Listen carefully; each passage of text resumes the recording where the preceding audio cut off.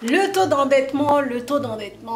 taux d'endettement, c'est aujourd'hui un sujet d'actualité. Pourquoi? Parce que c'est une donnée qui bloque beaucoup de personnes, qui coupe l'accès au crédit, au financement bancaire à beaucoup de personnes. Aujourd'hui, on va parler de ça dans cette vidéo. Comment est-ce qu'on peut faire pour baisser son taux d'endettement? Comment avoir un taux d'endettement moindre et du coup pouvoir avoir une capacité d'emprunt? Ok, donc c'est de ça qu'on va parler. Reste jusqu'à la fin de cette vidéo. Je vais te partager 4 astuces pour pouvoir baisser ton taux d'endettement.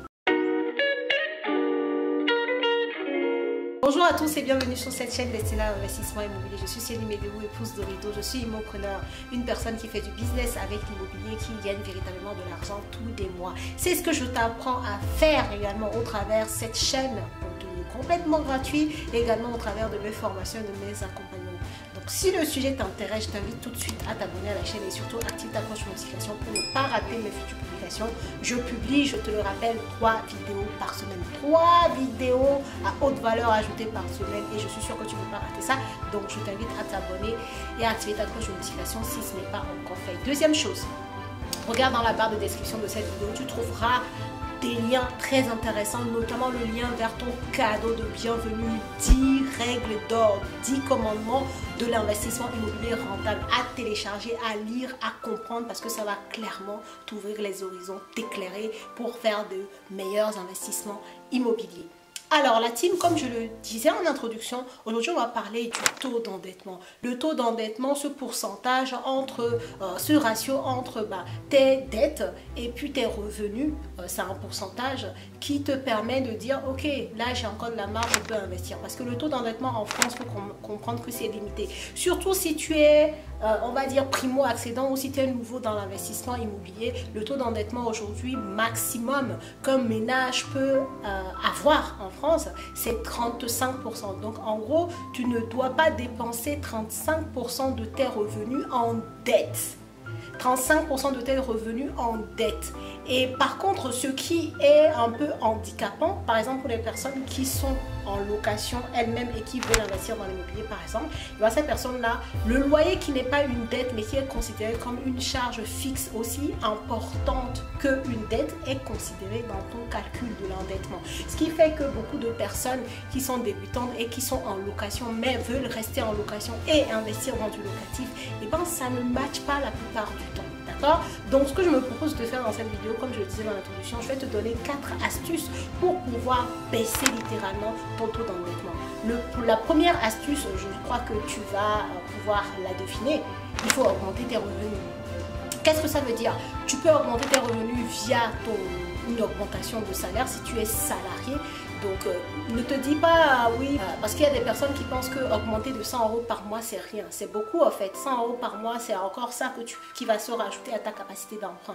Donc si tous les ans tu augmentes de 100 €, tu vois très bien qu'au bout de 5 ans ça peut aller très vite en fait. Donc n'hésite pas, peu importe le montant de l'augmentation de salaire qu'on te donne, n'hésite pas à le prendre quoi. Bien entendu, il faut négocier en fonction de ton ancienneté, en fonction de tes résultats, tout ça je ne vais rien t'apprendre. Mais en tout cas, n'hésite surtout pas à négocier ton salaire. Je sais qu'il y a beaucoup de personnes qui ne le font pas, c'est une erreur. Pour moi, limite, pouvoir renégocier son salaire ou demander des augmentations de salaire, surtout si tu sais que tes résultats sont bons, c'est pour moi une obligation en fait. Une obligation, parce que comment est-ce que le patron te remercie par rapport à tes bons et loyaux services si ce n'est pas en augmentant ton salaire? Tu vois, ça ce n'est que ma vision. Voilà, mais si on revient dans l'immobilier, sache que plus tu vas gagner de l'argent, plus tu vas pouvoir ouvrir la porte de l'investissement immobilier et aller vers des sommes très intéressantes en termes de capacité d'emprunt. Donc, première astuce, va faire en sorte de pouvoir augmenter tes revenus, augmenter ton salaire. Et aussi, la deuxième chose que tu peux faire, ça peut être d'avoir un business à côté, en fait, de pouvoir, je sais pas, ouvrir ton auto-entreprise et je sais pas, vendre une prestation, peu importe, un produit, mais en tout cas pouvoir diversifier tes ressources comme ça à côté et qui va venir se rajouter à ton salaire et venir augmenter du coup tes revenus en fait. Ça c'est une possibilité, augmenter ses revenus par l'augmentation de salaire ou également via des business à côté. Ça c'est la première astuce.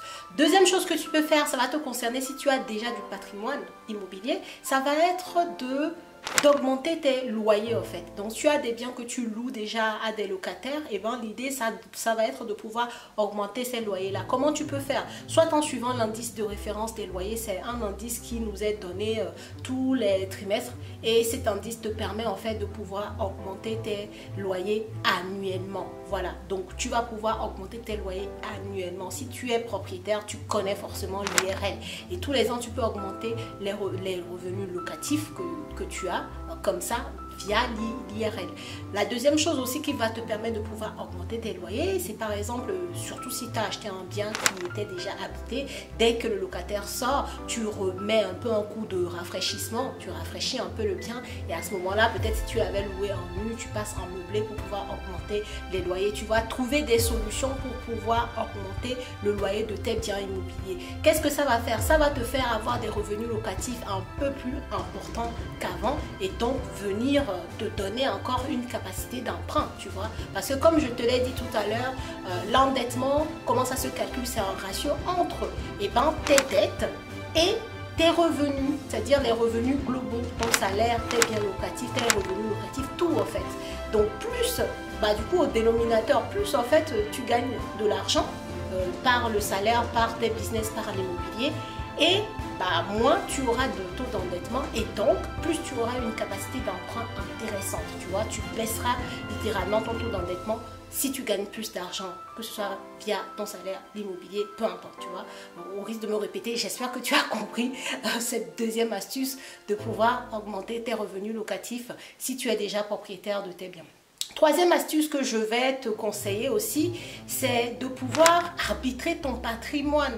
Pareil, ça s'adresse aux gens qui ont déjà investi dans l'immobilier et qui ont un taux d'endettement déjà assez élevé. Pourquoi ne pas arbitrer? Il y a des personnes par exemple qui ont acheté des biens immobiliers à une époque où peut-être tu n'avais pas de formation, et donc tu as acheté des biens qui ne sont pas rentables. Pourquoi garder ces boulets? Parce que ce sont des boulets en fait, à moins que tu sois vraiment dans un secteur où tu sais que le bien va littéralement flamber en termes de plus-value. Mais autrement, si ton bien n'est pas assez rentable, n'hésite pas à le vendre, parce que qui dit bien pas assez rentable, ça veut dire que la différence entre la mensualité de crédit que tu vas payer et les revenus que tu tires de ce bien là, la différence elle n'est pas assez grande en fait. Et si elle n'est pas assez grande, ça veut dire que sur ton taux d'endettement, ce bien là agit lourdement.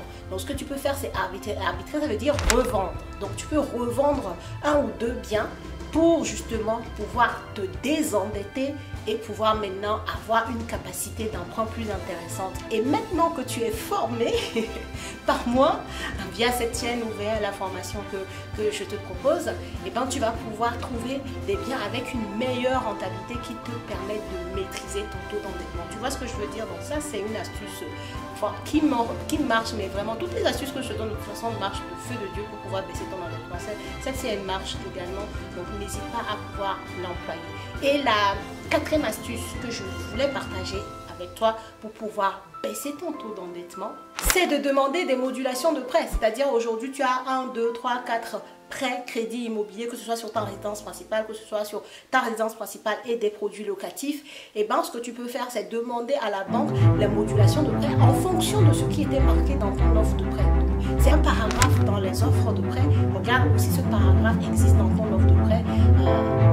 Je crois qu'aujourd'hui, toutes les banques les mettent systématiquement dans les offres de prêt. Je ne sais pas quand est-ce que tu as investi dans l'immobilier, mais n'hésite pas à aller regarder ton offre de prêt. Il y a des gens même qui ne savent même pas où ils ont mis leur offre de prêt. C'est dommage en fait. Ce sont des documents à avoir à côté, à pouvoir étudier, à regarder des fois, parce qu'il y a des options qu'on peut lever qui peuvent te permettre justement comme l'option de la modulation, c'est-à-dire avoir une mensualité à la baisse ou à la hausse. Ça, c'est une terme de modulation. Et toi, comme tu veux baisser ton endettement et avoir une capacité d'emprunt intéressante, ce que tu vas faire, c'est demander à la banque de baisser tes mensualités en fonction de ce qui a été modulé. Donc si c'est 20% en moins, tu sais que si aujourd'hui tu payes